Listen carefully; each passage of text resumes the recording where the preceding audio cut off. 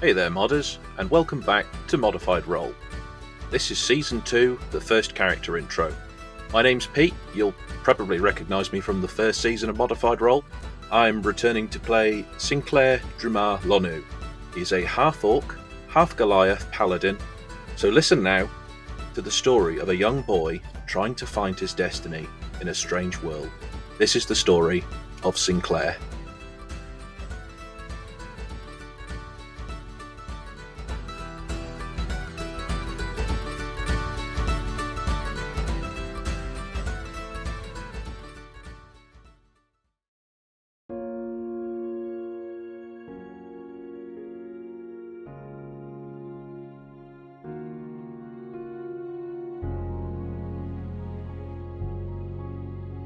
It's an overcast day. It hasn't quite started raining yet, but there's promise of it. You've been travelling for a couple of days now.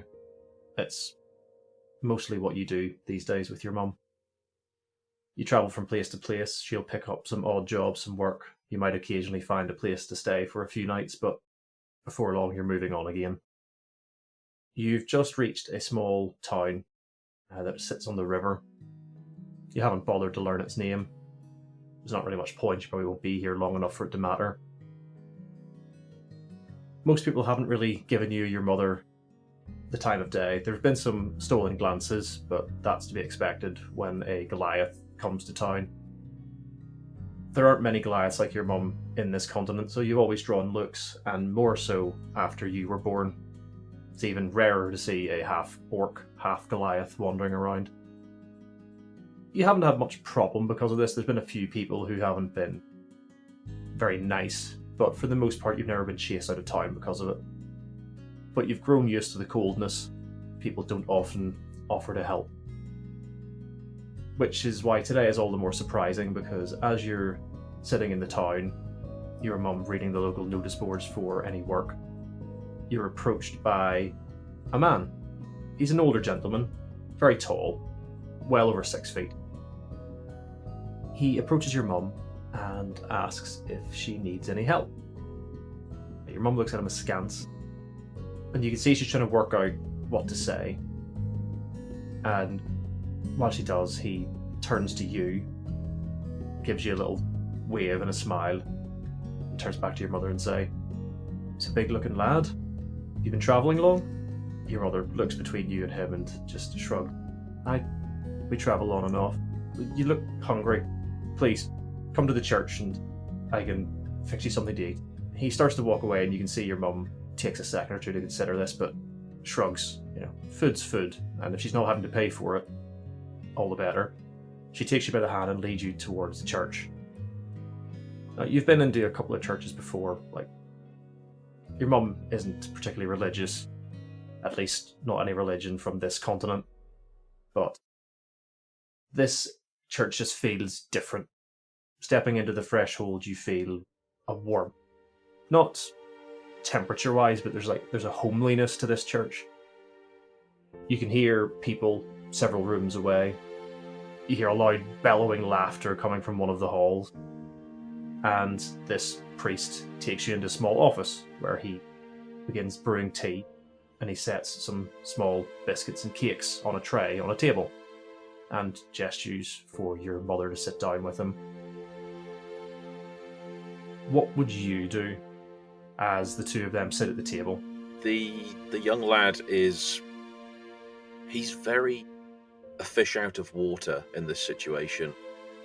He's been travelling from town to town, no one's been showing him kindness, and then suddenly this man walks out and kindness just radiates from him, and this place strangely feels like home. So he's just sort of looking around in amazement and slight confusion at his current situation.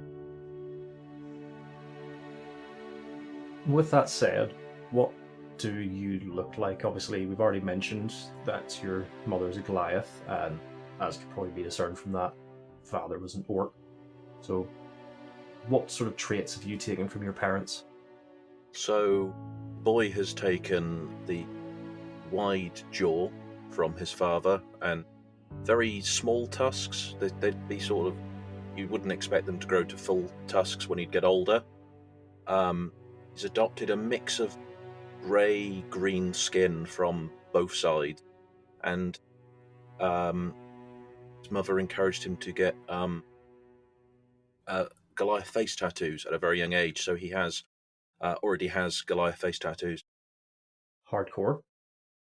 As you're sort of stood looking around the room, you notice one of the tapestries on the wall, just plain white tapestry with a blazing sun emblem on it. You've travelled a bit. You've been through a few towns and cities. You recognise the different tabards of the different religions, but you couldn't necessarily put a name to them. This is definitely one you've seen before, especially in some of the larger churches. But again, you don't know to which god it is, attesting to.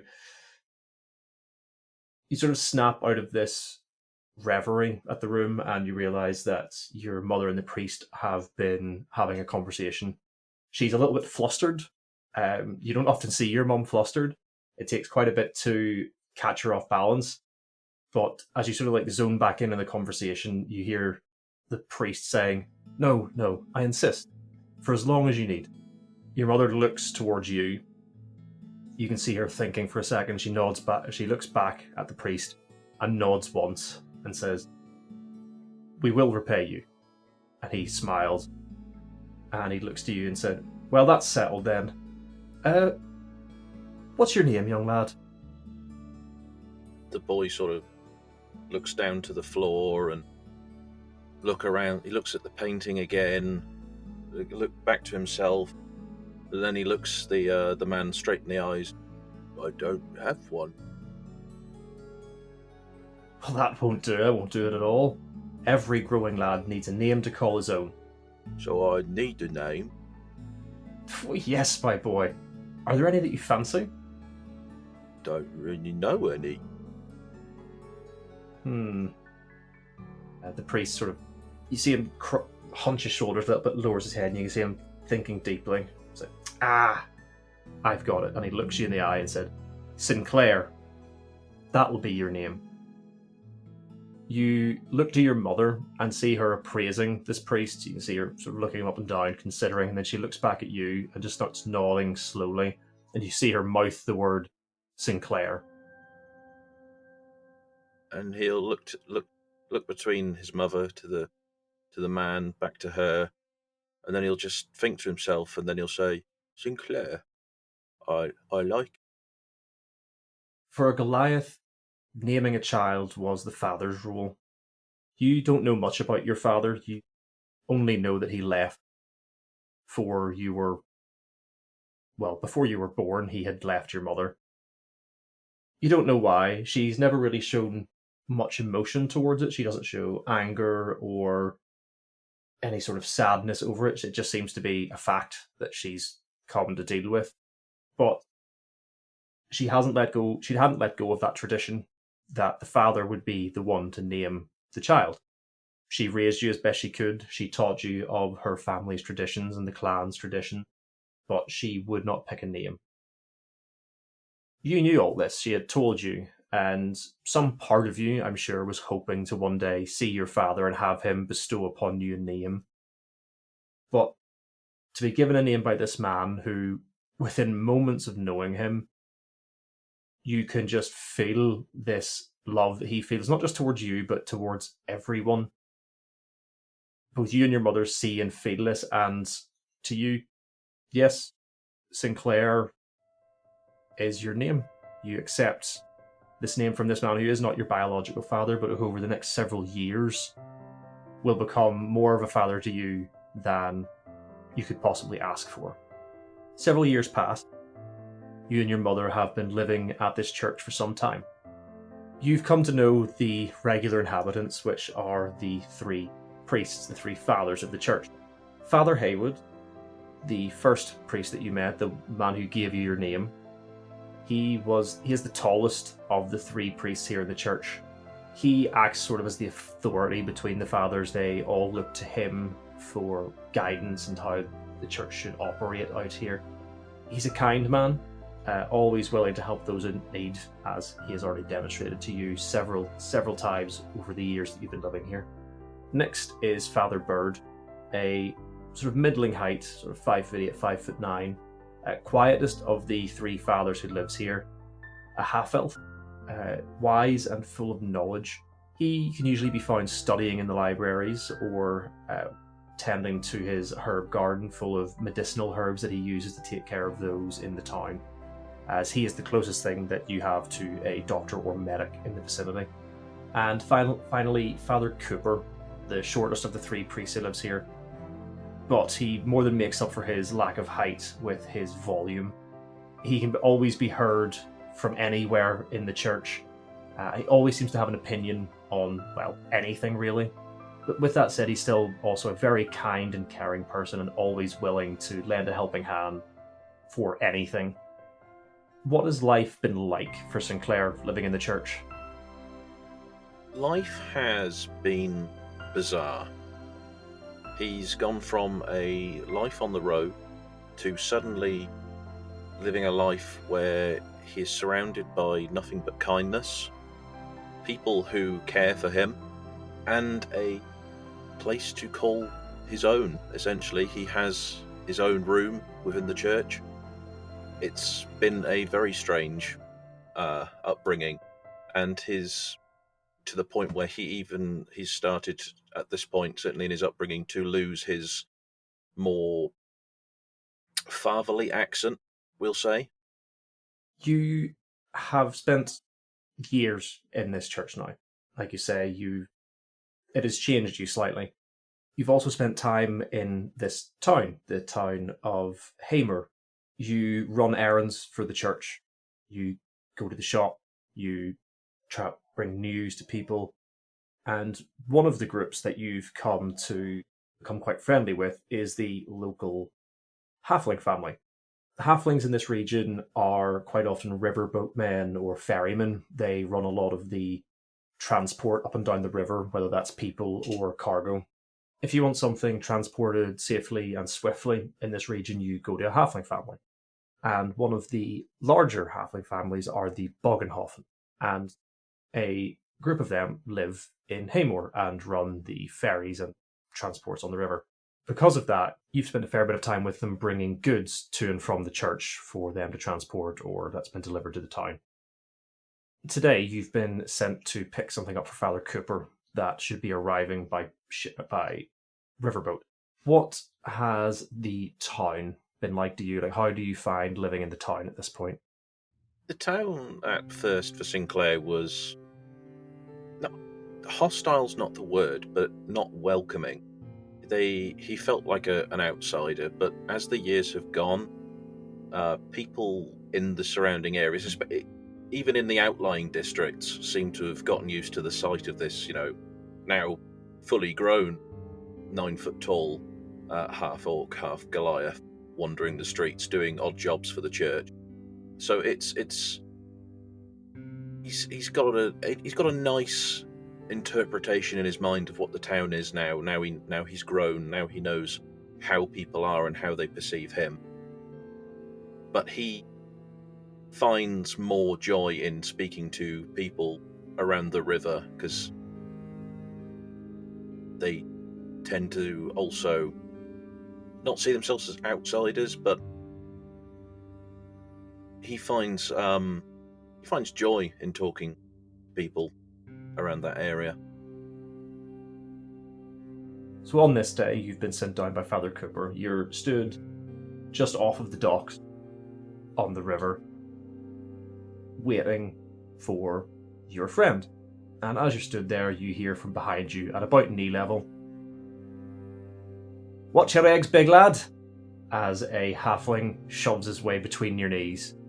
And he stands directly in front of you and looks up, sort of almost craning backwards into your face, with a toothy grin, with the glint of a gold tooth. You see Horwick Boggenhofen, who is the eldest of the sons of the local Boggenhofen family, and is currently running a lot of the trade for the family in order to save up some money to move away and start his own business. You suspect you probably won't see him around here for much longer. Sinclair, with that surprise, he'll look down. Horwick, it's fantastic. It's excellent to see you, good friend. And yourself. Now look, I hear you're looking for something and I think I might have it. And he slings this sack down off his shoulder, reaches inside and pulls out a small parcel. For Brother Cooper, aye. Ah, yes. You know how Father Cooper gets. He always needs his items delivering on time. Otherwise, he tends to express his opinion and then we'll hear it all the way from here.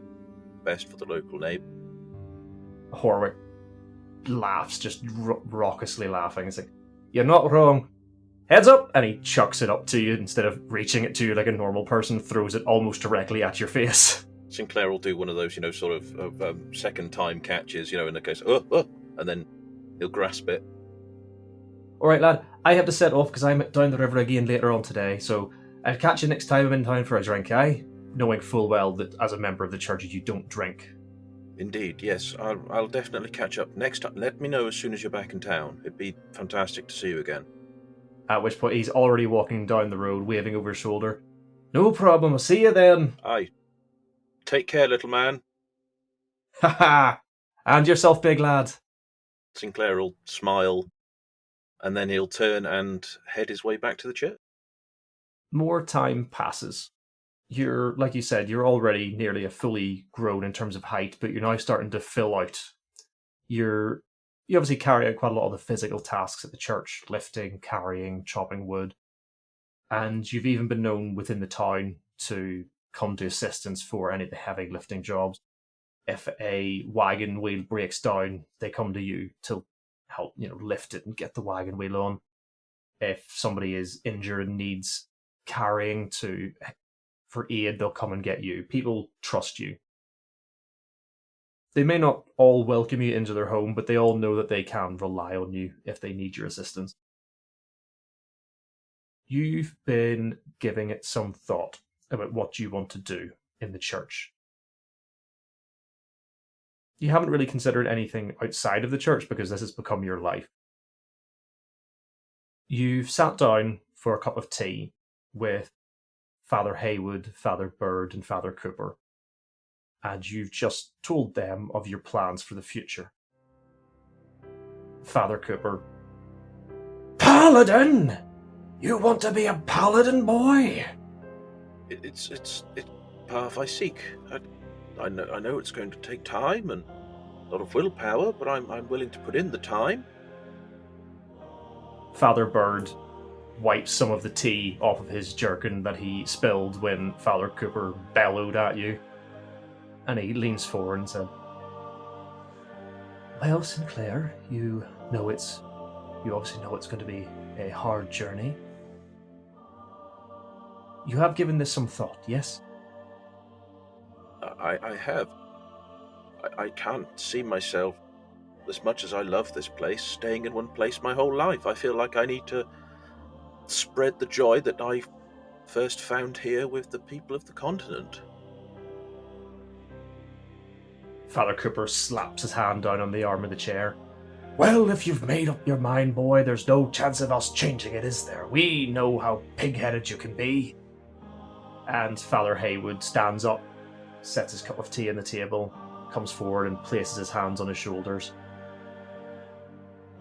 Places his hand on your shoulders and says, "If this is the path you're going to take, then we will of course support you on it. Are you sure?" Claire will put his hand on Father Haywood's hand. It's the right course, I believe. He nods, smiles slowly, says, "Then we will of course support you. Your training will of course become more difficult if this is the path you wish to take. There are things you must accomplish before you can be allowed to take up the mantle of one of Palor's crusaders, but we will ensure that you're given everything you need." I thank you all so much for all of your support. It They all get up, Brother Cooper slapping you in the back, Brother Bird shaking your hand gravely, and the night continues on with discussions about how your training will change for the future. Several more years pass. You are essentially at this point an adult. Fully grown, you're now broader than most two men together, and about twice as tall. Your mother has not been well. She seems to be getting weaker by the day, and Brother Bird and any doctor that you've managed to get into the town hasn't been able to work out what is wrong with her. They think it could be something as simple as the fact that a Goliath, not native to this continent, used to much colder weather, is just being worn down by the constant warmth and humidity. Although, to most here, it's not been anything exceptional, but they can't think of anything else to explain her deterioration. She's mostly bedridden, although she can sometimes get up and move around, but you have to take care of her as well as carry out your training. Though, of course, the three priests will, of course, do their fair share to look after her as well. In order to do more, you've started taking on jobs, essentially as an adventurer. Mostly little things, assisting with local farmers who have been affected by wool, or bodyguarding missions from one town to another. And one such job has just been posted on the local board. A local minor lord from the Fennec family needs some bodyguards to travel to a city in the north to carry out some business. You take on the information and you head back to tell your mother that you will be leaving for a few days on an adventure and to arrange with the three fathers who look after her while you're gone. You come inside. She is, of course, still in bed. The windows are all open to allow fresh air to circulate, and she doesn't look particularly unwell, just a little frailer than normal, but you know that she doesn't have the energy to do much. What do you tell her as you're getting ready to leave? Sinclair will sort of stare off into the distance, and then he'll sigh a big sigh, and then he'll slowly bring up the information. I haven't been fully honest with you today, Mother. I'm leaving town for a few days. I've accepted a bodyguarding job for a lord, and I think it's a good step to take on my path to becoming one of the Crusaders. And I've already arranged for the fathers to take care of you. But I don't know whether I should leave you. Your mother takes her hand and places it on yours. Do not let my sickness keep you from following your dream. I will be fine. I'm just a little weak, it's all. I'm sure when this summer finally ends and the cold comes back, I will be my normal self. But in the meantime, the fathers can take care of me. In that case, suppose I have no choice. Oh, I'll bring you back a gift, of course. She smiles, and I promise to be well enough to greet you at the door on your return. Good luck, my son, my Sinclair. I am so proud of what you've accomplished, my Paladin of Palor. And she smiles. Sinclair will smile back, give her a kiss on the forehead, and then he'll head for the door. She squeezes your hand as you leave and then sits back to make herself comfortable. You head towards the town square. There are a group of adventurers, similar to yourself, all relative rookies, who are waiting to meet up around a carriage which quite obviously belongs to some noble family.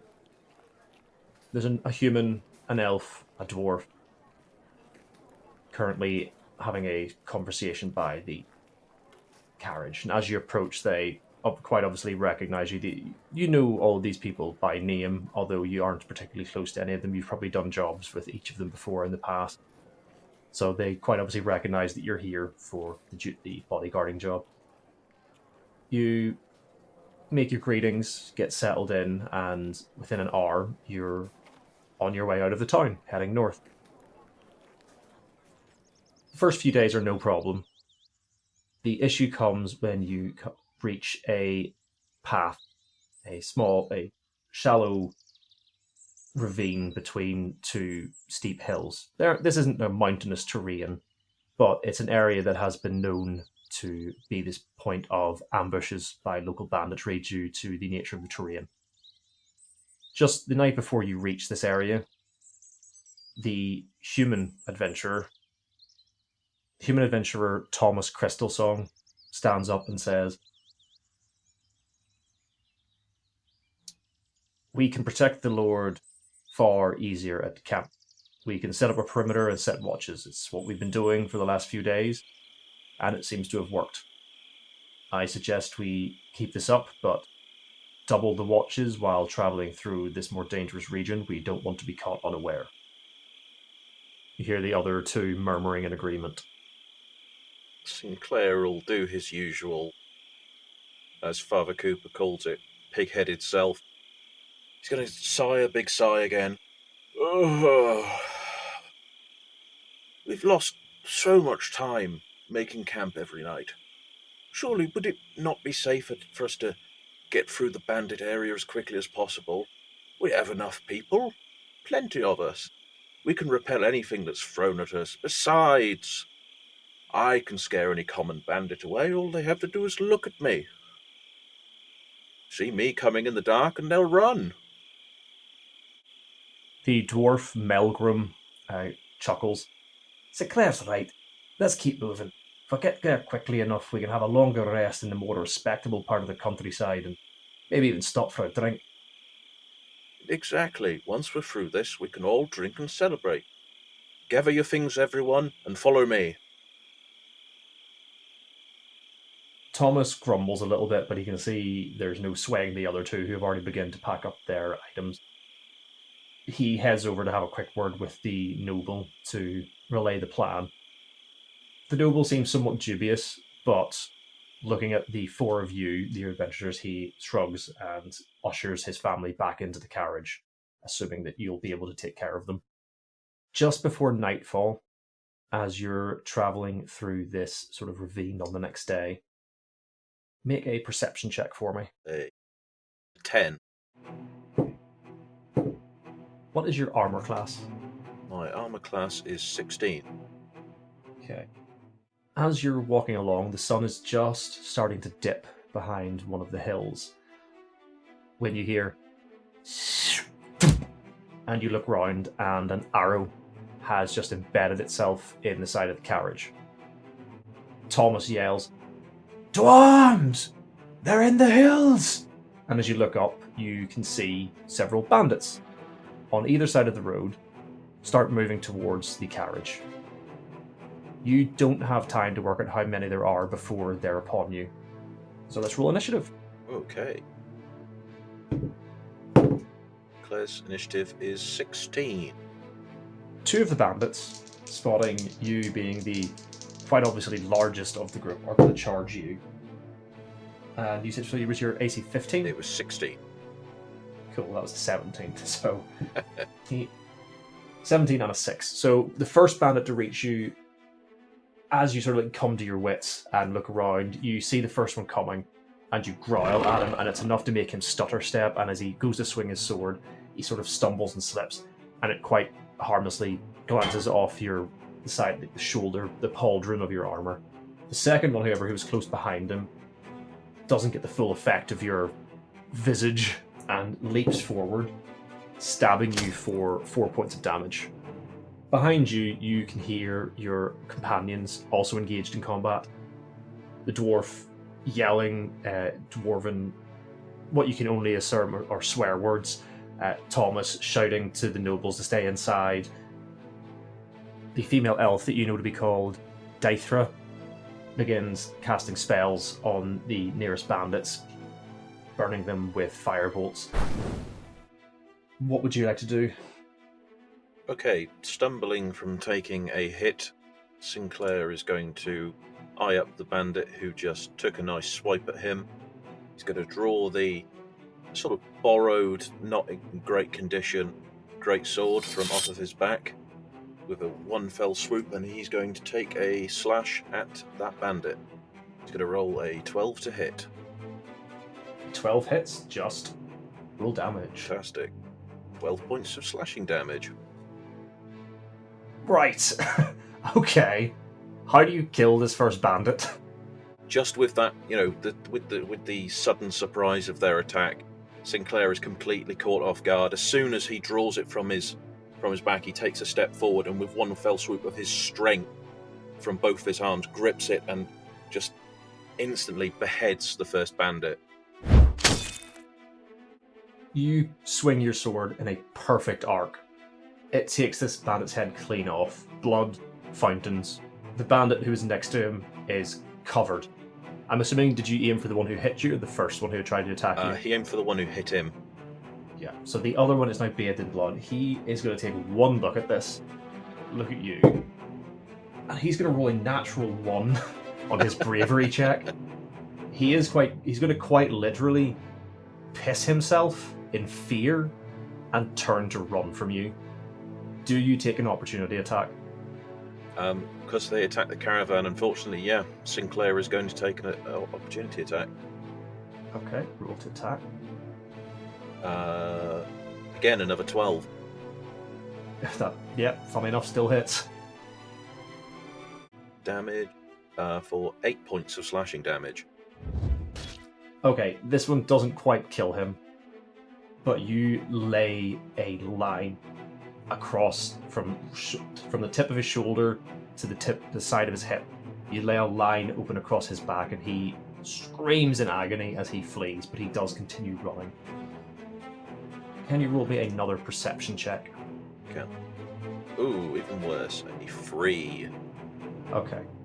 You look around. You can see the combat is still going between Thomas, who's currently fending off 2 bandits. Melgrim is likewise keeping 2 at bay. None of them seem to have felled any. Behind them both stands Daethra, throwing magic over their shoulders.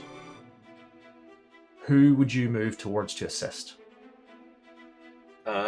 Out of Thomas and Melgrim, who looks like they're struggling more? To be fair, both of them seem to be holding their own. Melgrim seems to have taken more damage so far, but he does seem to be the hardier of the 2 regardless, so he has definitely been injured more, though. Yeah. Sinclair, having done a job with Melgrim before, knows that he can hold his own, so he's going to go and back up Thomas. Okay.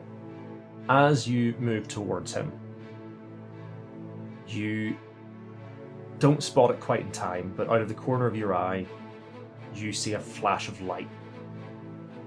And then all you can hear is as a flaming sphere rockets past your face, strikes the side of the carriage, and explodes.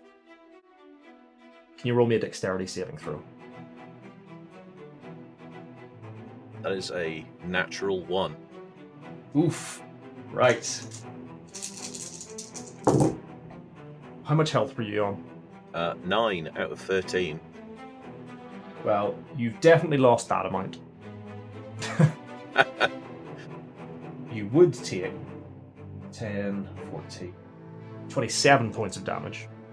But as this fireball hits you and blasts you flat on your back, you feel your orcish blood pumping. And this shot of adrenaline just hits you, and you and sit up. This should nearly have outright killed you. But as you're about to fall unconscious, you sit bolt upright. You look around, And for now, everything is just fire and smoke. Your ears are ringing. And as you look around, you see two people step out of the tree line. One dressed quite obviously like a spellcaster, the other wearing some quite nice but quite obviously ill-fitting armor. You don't think this has belonged to him for very long. He steps forward and sees you sort of like dazed on the ground and just plants a boot in your face. This time sending you rushing into blissful unconsciousness. You don't know how long passes. Could be seconds, could be minutes, could be hours, but you eventually come round again. There are more bandits. You have enough sense not to move. You lie there, looking around you. There's still a slight ringing in your ears, but over that ringing you can hear a man's voice, that man in the slightly ill-fitting armor. He, at this point, has pulled the noble from the carriage, which you imagine probably wasn't quite difficult because the fireball has reduced most of it to just matchsticks, tinders. He pulls this man forward, holds him by the scruff of the neck in front of his men, and yells, "This is what you get when the world favors you. Fat and wealthy. I think it's time he learned a worldly lesson. What say you, lads?" And these other bandits cheer. Yeah! The man pulls a sword from his belt, kicks the backs of the knees of this noble, and not quite with the deftness that you did, it takes him a couple of swings. He takes this noble's head off. The sight of this is enough to shock you back into unconsciousness. You can't deal with what's going on right now, and your body just shuts down. The next time you come to, the bandits are gone.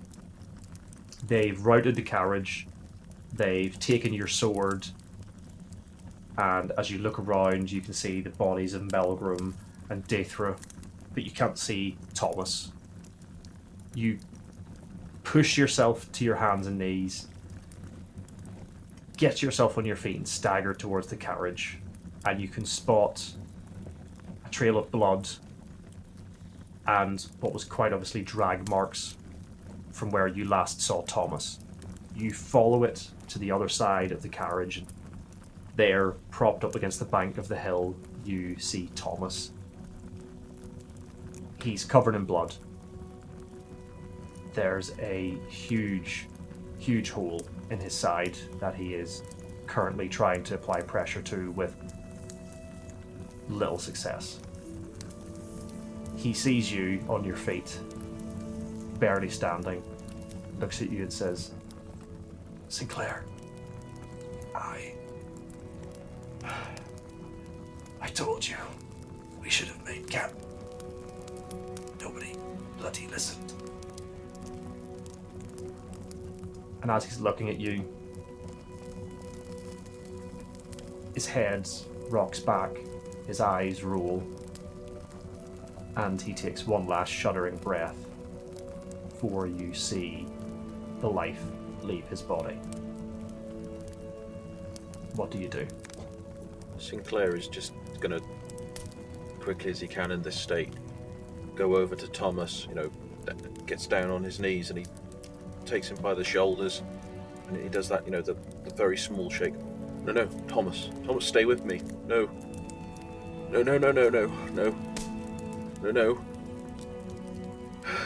And he just points his head up towards the sky, and all Sinclair can do is cry. Just sits there for an hour.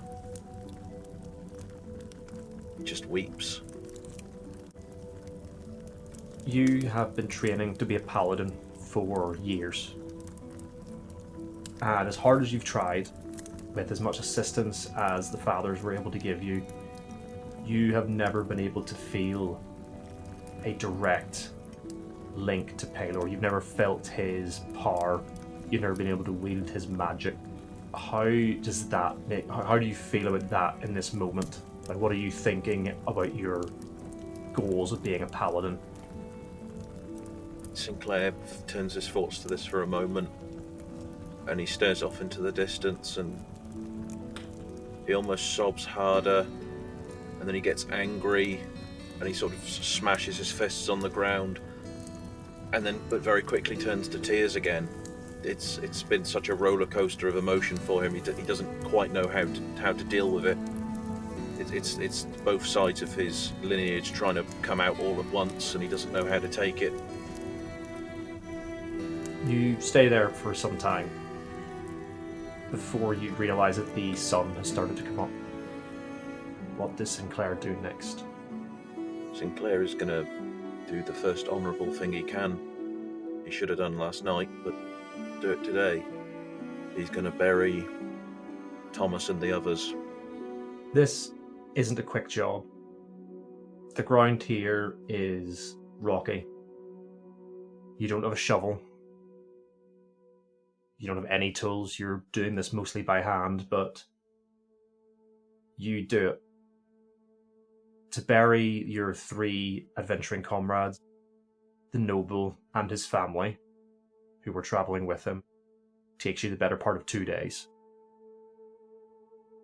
But you do it. You lay a stone at each of their heads. And what do you do or say before leaving? I may not have felt your presence, but please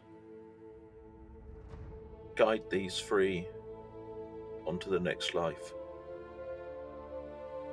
May they go in your light and blessed by it. Paylor's name.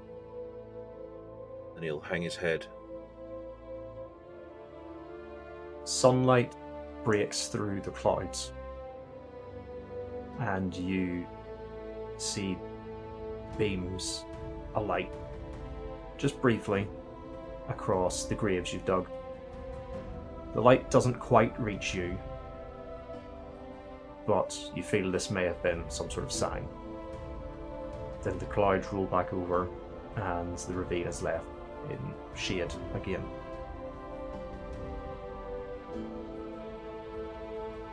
You head back to Haymore. The journey is longer, but you don't seem to notice. In fact, before you're even aware of it, you're back in the town. As you arrive, the rain that had been coming for days finally bursts, hammers thick on the ground, washes the mud and soot from your face, and as you make your way towards your home, the door slams open and Father Cooper comes rushing out, running at speed. He spots you as he goes past, and as you get close, you can make out tears in his eyes. "Don't do anything foolish, Sinclair," he says as he continues running.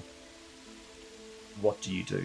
Claire is going to slowly follow his gaze onto Father Cooper as he runs up the street, looks slowly towards the church,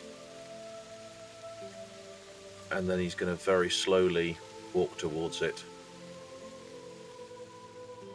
You step inside. Water is pooling beneath your feet, dripping from your clothes onto the floor. You don't know how you know, but you know that you're going to find Father Haywood and Father Bird in your mother's room.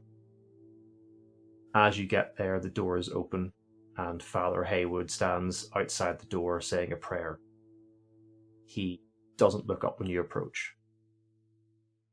Inside the door, you find Father Bird kneeling by the bedside, holding your mother's hand. Her eyes are closed, and she isn't breathing.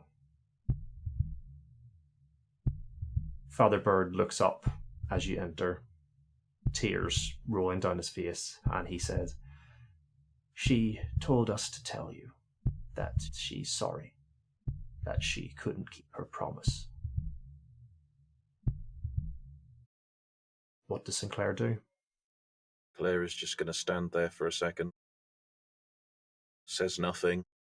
Sort of doesn't even stare at where his mother lays or Father Bird or Father Haywood. Stands there in silence for what is about 5 minutes. And then he immediately turns with a flash and then just starts walking out the door, back out into the rain. Father Haywood goes to call you as you go to leave. Sinclair, wait.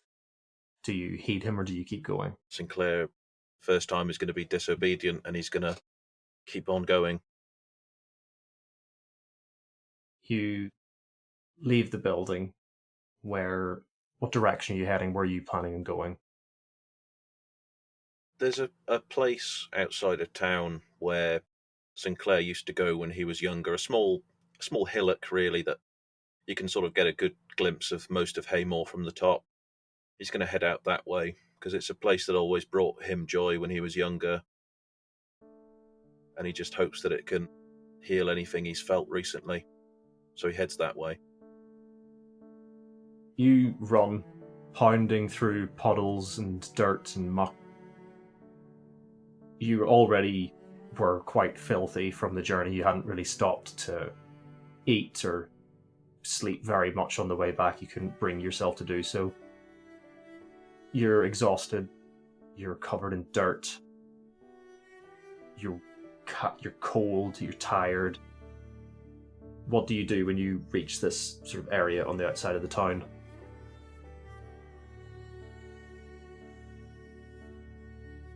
Sinclair, the first thing he does is takes a big deep breath in, deep breath out.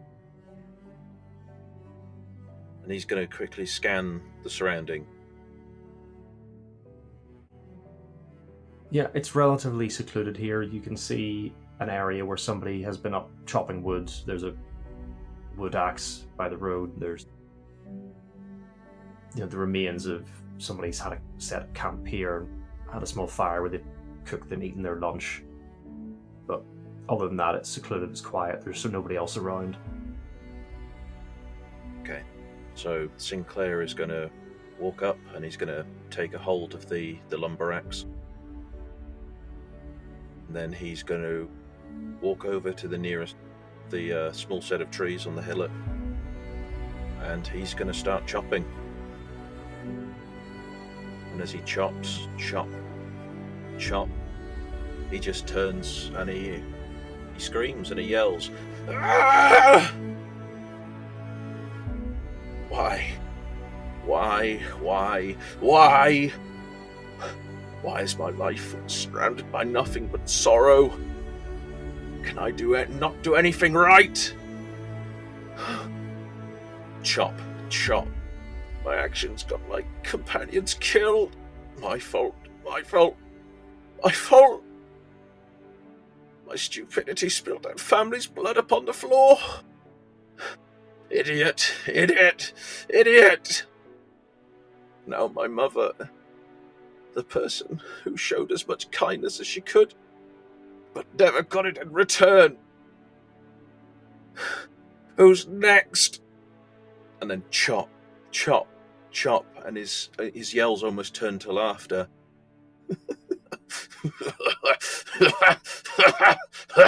As he just continues chopping. This goes on for some time. You lost count of the number of trees that you felled.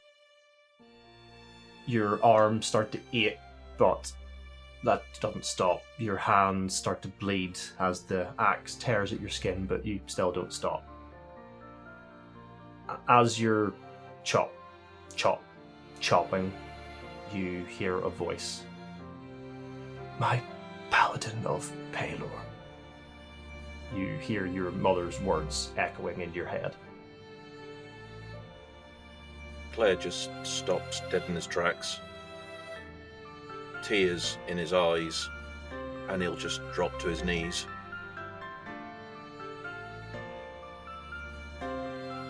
The rain begins to let up, finally. And the clouds part, and for a moment the sun breaks through again.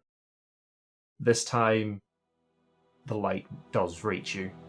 It bathes you in a warmth that you've not really realized you'd been missing. A warmth that you never truly felt before. And for the first time, you feel warmth and the light Palor envelop you. This little hillock, this little area that you're in, used to have a small collection of trees, a little copse that stood at the top of the hill. As you look around in the light, you see nothing but stumps and wood chips.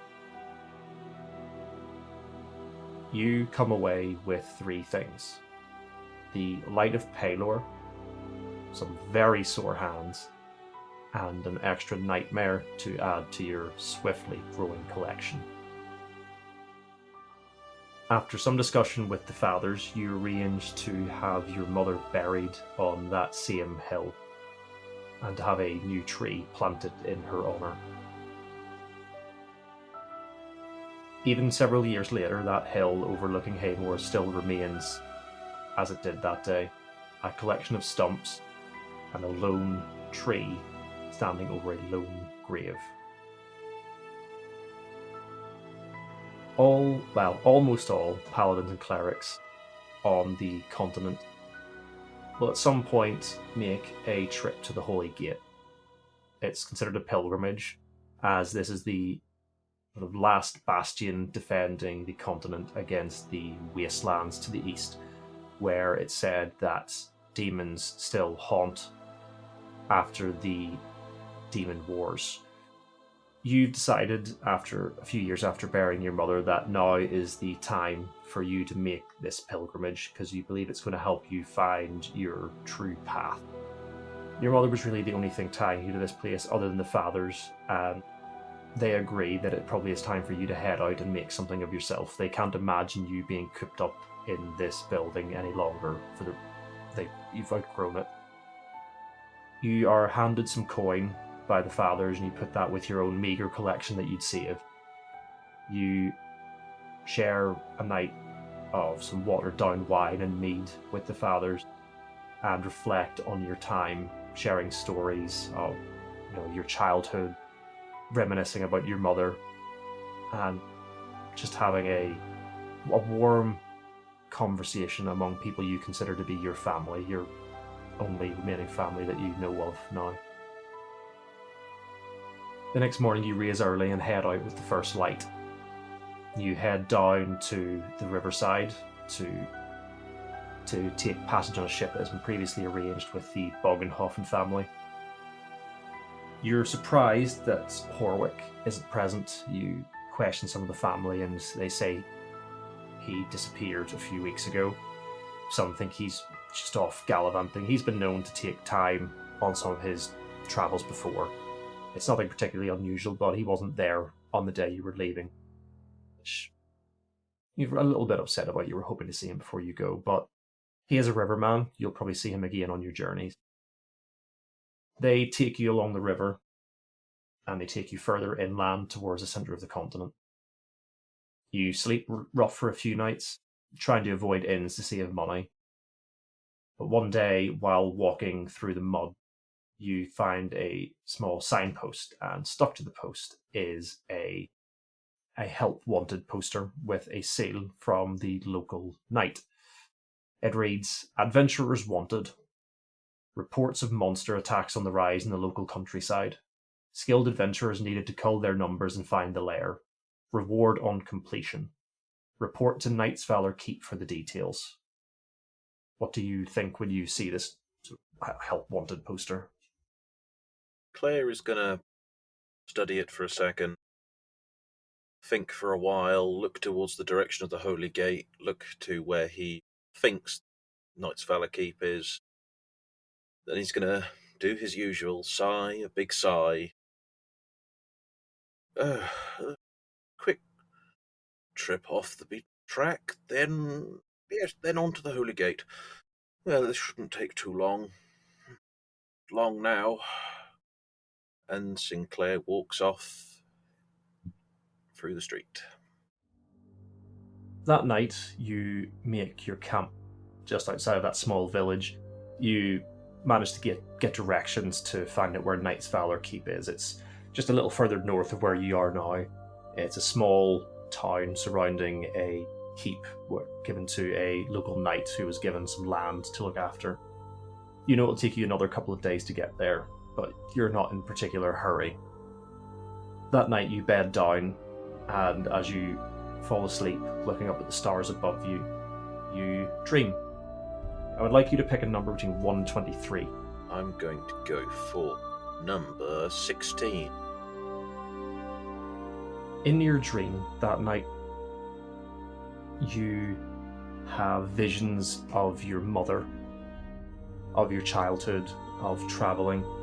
You're given visions of the church, of Father Haywood, Father Cooper, Father Bird. You are shown memories of your time spent with the people in the town of Haymore, your time spent with the Boggenhovens, with Horwick. You see flashes of that fateful job. You're given visions of your comrades lying dead, of the nobles who died under your care. Very briefly, you are given a vision of your mother as she lay dead in bed. But this time, you focus on her. You can see that she's not in pain. You can see she is relaxed. You can see that the weight she'd been carrying has been lifted. You see her, at peace. As you look up in the dream to the wall, you see one of the tabards, one of the symbols of the Church of Paylor, with its sun emblazoned on it. And that sun begins to glow, and then to shine, and then it becomes so bright that you cannot bear to look at it, until all that's left is the light and warmth from this sun as it fills your vision and fills your mind, and you awaken with a start as the first rays of the morning sun grace your face. You just drew the sun card from the tarot deck. Fantastic. You set off on your journey towards Knight's Valor Keep, pondering on the dream and what it could mean, and wondering what could possibly lie in store.